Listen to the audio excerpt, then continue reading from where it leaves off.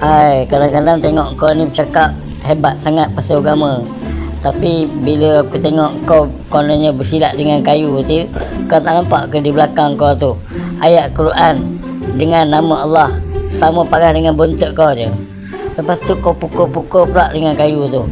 Kau tak nampak ke? Itu biadab namanya. Nampak tu? Agak-agak lah kan.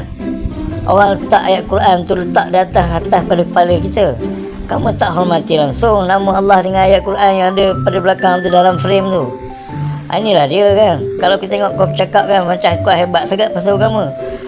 Walaupun kau terror bersilat, tapi kau boleh lawan ke muka nakir dalam kubur besok? Cuba pakai akal sikit lah. Agak-agak lah kan.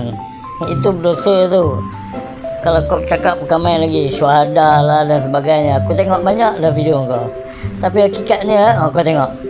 Oh, biadab tu. Tak percaya kau tanya ulama', tanya ustaz. Boleh ke buat perangai macam tu? Hai, memalukan lah. Fikirlah pakai akal sikit. Aduh.